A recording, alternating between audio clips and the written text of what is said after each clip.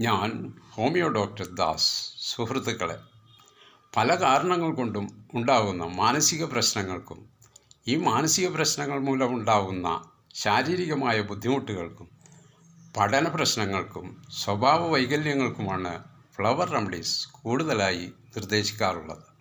ഇന്ന് ഫ്ലവർ റെമഡീസിലെ ഒരു മെഡിസിനായ star of Bethlehem എന്ന മെഡിസിനെ പരിചയപ്പെടാം.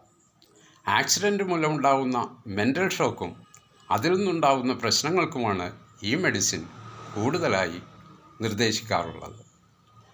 ഒരു ആക്സിഡൻ്റ് ഉണ്ടാകുമ്പോൾ ശരീരത്തിലുണ്ടാകുന്ന മുറിവുകളും ഒടിവുകളും മാറിക്കഴിഞ്ഞാലും ഇവർക്കുണ്ടാകുന്ന മെൻ്റൽ ഷോക്കിൽ നിന്നും ഇവർക്ക് പൂർണ്ണമായി മാറുവാൻ കഴിയുകയില്ല.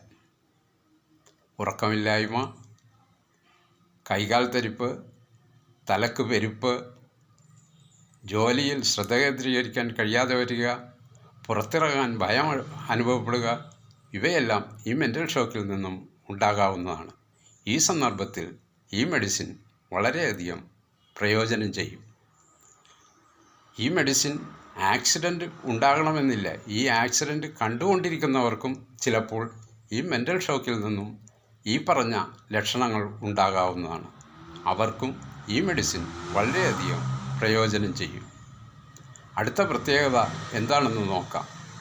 രണ്ടുപേർ തമ്മിൽ അടിപിടി കൂടുമ്പോൾ ഉണ്ടാകുന്ന മെൻ്റൽ ഷോക്ക്.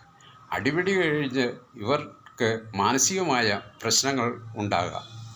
മേൽപ്പറഞ്ഞ ലക്ഷണങ്ങൾ തലക്കുമരവിപ്പ്, കൈകാൽ കഴപ്പ്, ഉറക്കമില്ലായ്മ, ഭയം എല്ലാം ഇവർക്കും അനുഭവപ്പെടാം. ഈ സന്ദർഭത്തിലും ഈ മെഡിസിൻ സ്റ്റാർ ഓഫ് ബെത്ലഹേം വളരെയധികം ഗുണം ചെയ്യും. അത് വളരെ പഴക്കമുള്ള മെൻ്റൽ ഷോക്കാണെങ്കിലും അടുത്തുണ്ടാകുന്ന ആക്സിഡൻറ്റ് മൂലം ഉണ്ടാകുന്ന മെൻ്റൽ ഷോക്കാണെങ്കിലും ഈ മെഡിസിൻ ഗുണം ചെയ്യുന്നതാണ്. ഒരു ഹോമിയോ ഡോക്ടറുടെ നിർദ്ദേശപ്രകാരം മാത്രം മരുന്നുകൾ ഉപയോഗിക്കുക.